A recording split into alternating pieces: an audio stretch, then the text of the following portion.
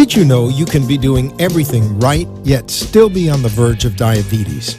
Our bodies are all different, and it's what we are doing today that ultimately determines our long-term health span. Your Blood Sugar Boot Camp will allow you to expand the gap between health and disease. Genetics, lifestyle factors, medications, hydration, stress, sleep quality, and external toxins all play a part in your blood sugar level. You don't have to be diabetic for blood sugar levels to wreak havoc on your energy and quality of life. Your Blood Sugar Boot Camp is an online program which offers the strategies to put you in the driver's seat to learn how to be in control of your own health. It provides proven strategies to reverse high blood sugar. You will learn how to measure and identify your biggest triggers. Get educated on food choices, increase energy, improve sleep quality, and master stress management skills to get you back on the right track. To learn more, find us on the web at yourbloodsugarbootcamp.com.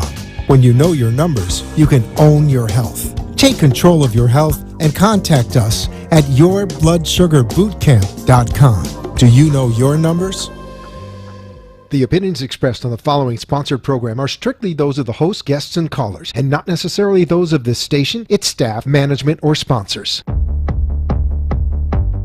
Are you tired of feeling tired? Confused by the conflicting health information in the media? Maybe you can't walk into a grocery store without being overwhelmed by product label claims. Living a fast-paced, overstressed life? Are you or your loved ones being diagnosed or labeled with chronic illnesses? Finding balance and health in today's culture is a challenge we all face. Welcome to Quality Living with Leslie, where we debunk the myths, bring clarity to the confusion, and help expand the gap between health and illness. To get in on the show, call 888-565-1470. Now, let's get started. Hi there. Welcome to Quality Living with Leslie. I'm Leslie Harrington, and I am a certified functional wellness educator and diabetes paraprofessional. And I am here tonight. I'm going to start with the disclaimer that we talked about last week. I am not a medical doctor and do not engage directly or indirectly in diagnosing disease, dispensing medical advice, prescribing the use of any products or services as treatment for sickness and disease. This information is solely for information purposes and is for people of normal good health. The information is not intended to be a substitute for proper medical care provided by a physician. You should always cooperate with your health professional of your choice with a mutual goal of building personal health. Okay. There you go. Like exhausting, right? And tonight I have a guest with me. We have Dawn Graubert. Did I say that right? You did. And we are here to have some educational fun. Dawn is a master's in special ed. She's a certified health coach, as well as she's a host of 2 of her own health shows. So we are going to have some fun tonight looking through, if you can see here, we've got lots of fun props to go through and just talk about some of the, I say, shocking health foods that are really not so healthy.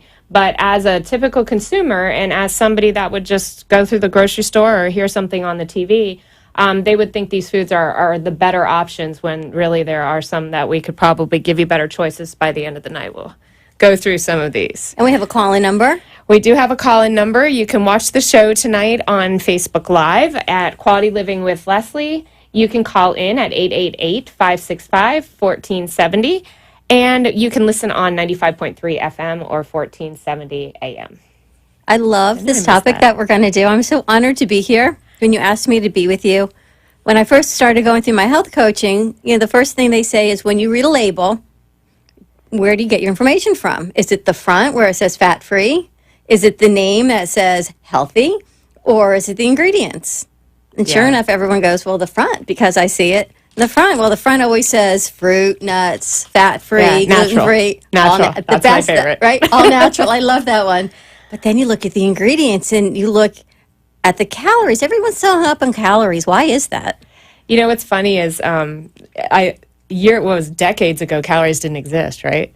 And back in the day, neither did this horrific epidemic of diabetes and obesity and some of the disease states that we're dealing with today. So it's funny how there's somewhat of a correlation there, how all of a sudden calories became this really big, heavily focused on thing that, today they're actually disputing a lot of the calories in, calories out, and you really can't tell. Everybody's metabolism is different, And not all calories are created equal. Absolutely. So if you're going to go on a calorie diet and count, I could have 1,000 calories of Dove ice cream, or you can have 1,000 calories of chicken and vegetables and protein, and calorie-wise, you're the same, but you're so not.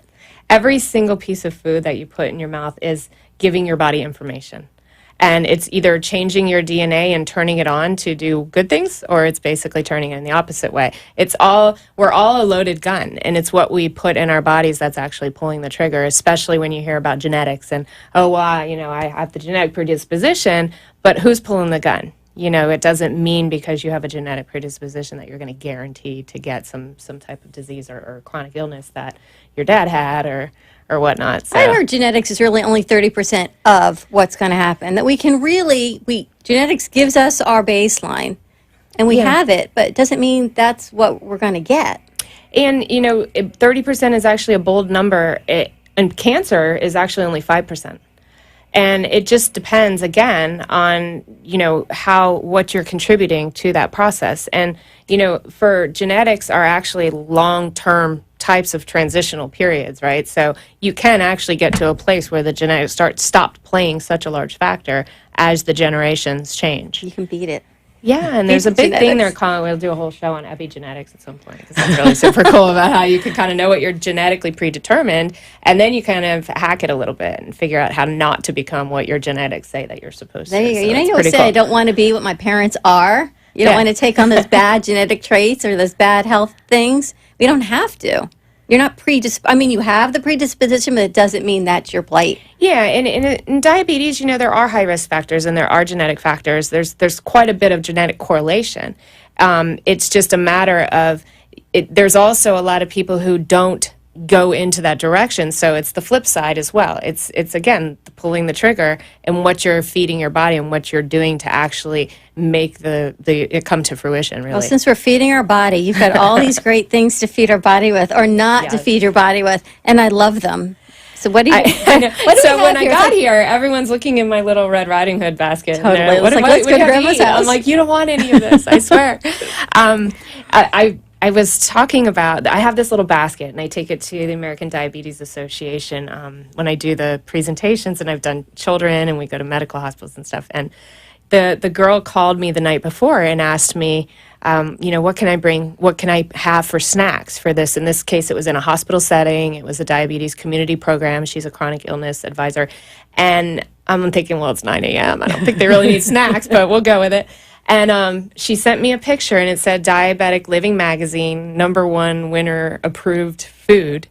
And it was these honey and oat Nature Valley granola bars, I ate them when I was a kid, sure. Right? They're like hockey puck They're hard, like candy break your bars, teeth, yeah. Right? And so I was mortified because those have 30 grams of sugar.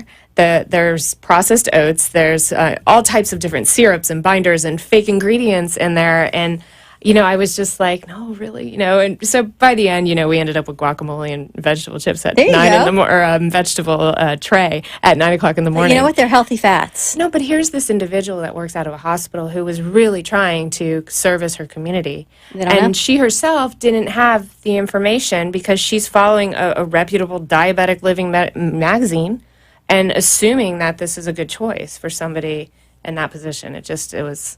And then you're looking at serving size, and we look at these ingredients. Like if you're going to substitute that granola bar for one of this one, almond and coconut. Here it says, gluten-free, ingredients you can see and pronounce, which I love it. Low glycemic index, dairy-free, no genetically engineered ingredients. It sounds fabulous, right? Yeah. Like, I'm in, packaging's beautiful, the name is fabulous.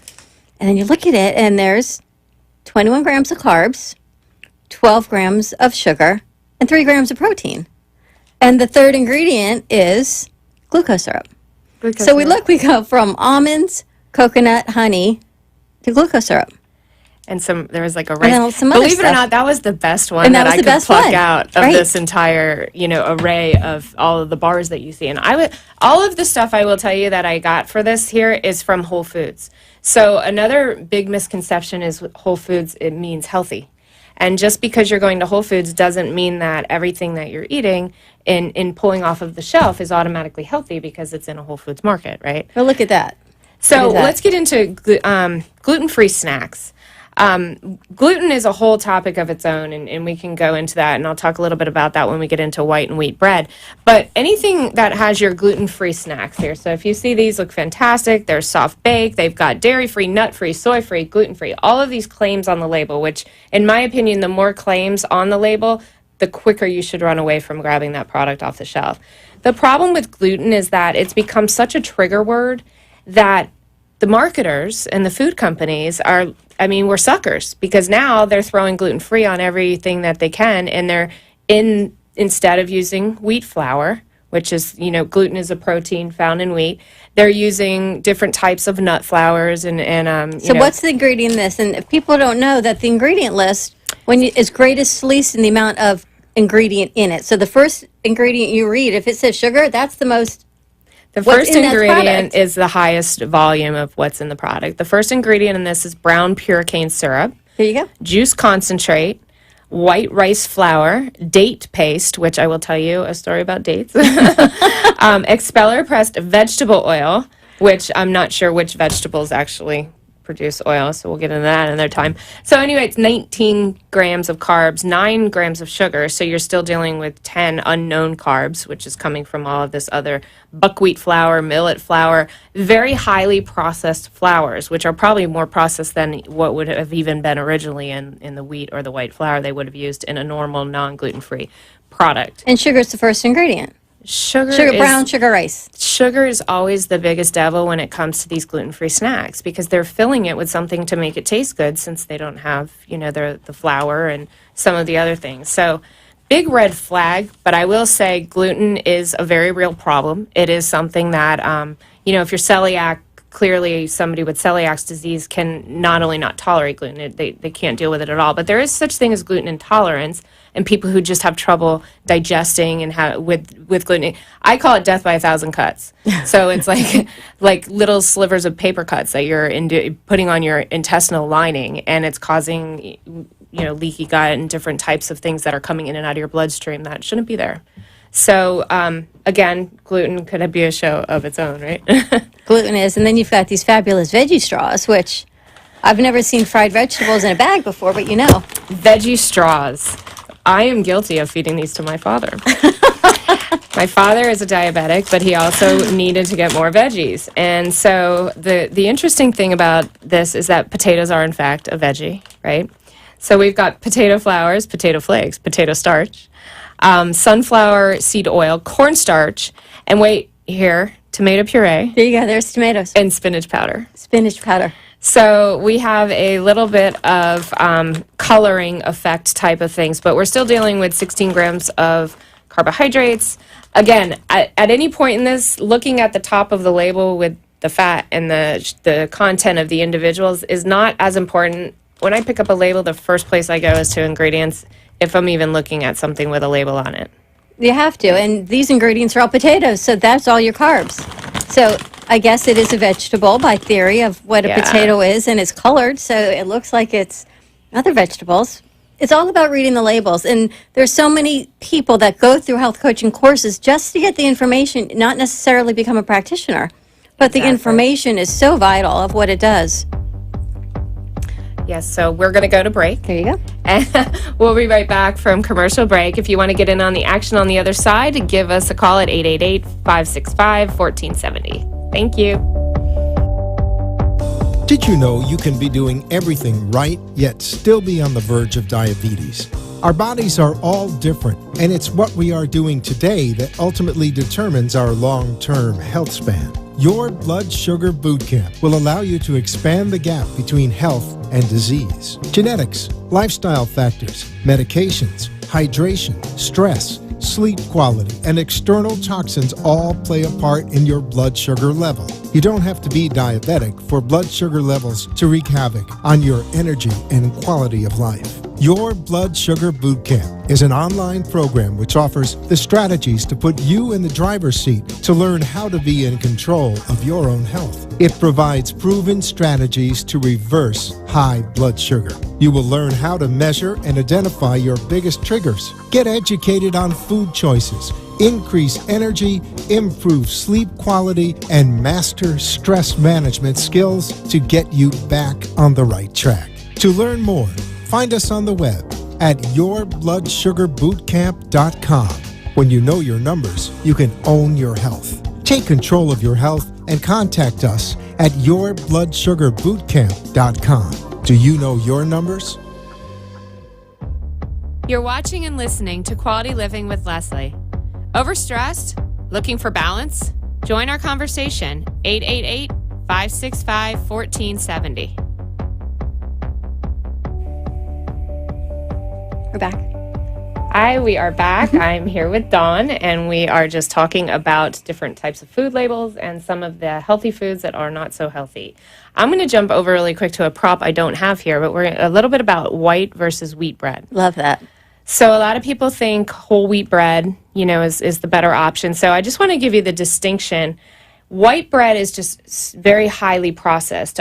We've gotten in a place where we have such sophisticated manufacturing processes and chemical processes that we've essentially stripped all of the wheat from of flour for wheat from any of its real nutrient value, right? Which wasn't hugely significant to begin with, right? So white flour is just processed. It's really got nothing. There's no wheat germ. There's no fiber. It's really just like one component of the starch.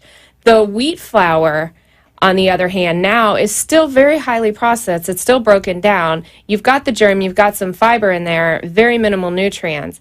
And then you've got your whole grain, right? So you hear whole grain bread. And the distinction there is that the grain is still in its almost whole form, right? It hasn't been processed. In theory, except there's a contingency. The FDA calls that 51% of that grain has to be intact. So you can get whole grain without it technically being 100% whole grain, right? So the big key here is that between white bread and wheat bread is there's no significant difference in the blood sugar impact. So you're eating your wheat bread thinking that it's going to be better on your blood sugar, and at the end of the day, the spike is generally the same. Whole grain, not so much. It's probably about 30% less. And then you look at your Akizels and your sprouted breads that have had a chance to actually come into its plant form, then you've got much easier digestion. The thing with wheat bread is not only dealing with the same spike, you're dealing now with your body having trouble breaking it down, and then we get into the wheat gluten, which we talked about the gluten before. So if you don't have a gluten intolerance and you're looking for wheat bread for the protein, because some of them are protein rich, the high fiber, that's going to sustain your blood sugar. When people are looking at the label, the ingredients, the back, what should they be looking for? So the whole grain. They want a sprouted grain bread. If I personally I don't eat bread, right?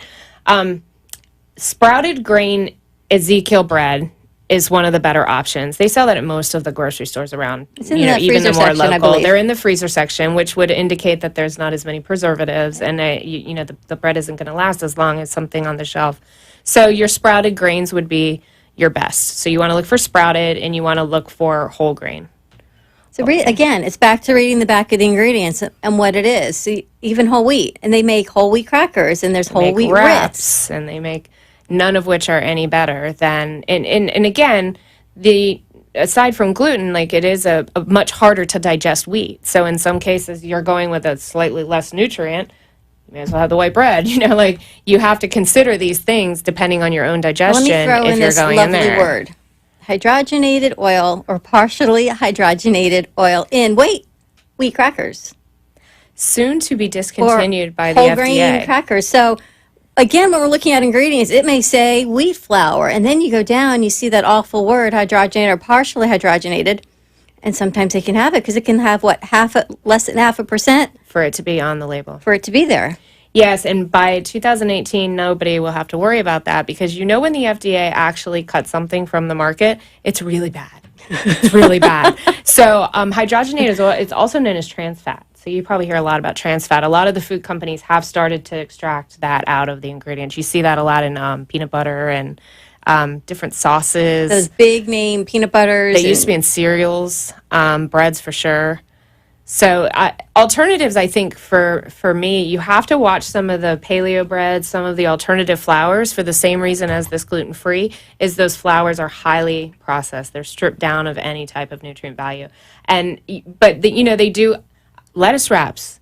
Lettuce wraps are fabulous. You can almost get a lettuce wrap on an option on any burger and things like that you go at restaurants Even at now. some of the sub places, you can get your sandwiches wrapped in lettuce. Yes. And, they have these wraps that are made of coconut meat.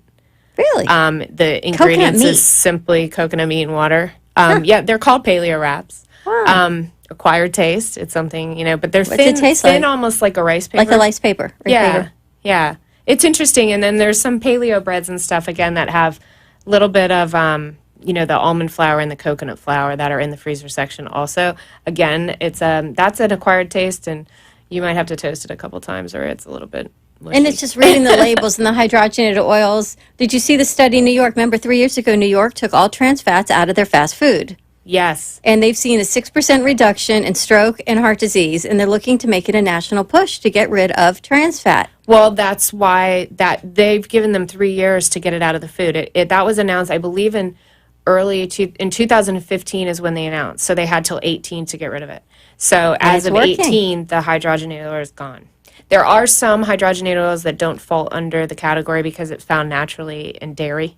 So you might see it not so much listed as an ingredient, but it will still fall under that, technical term to not put it on as trans fat.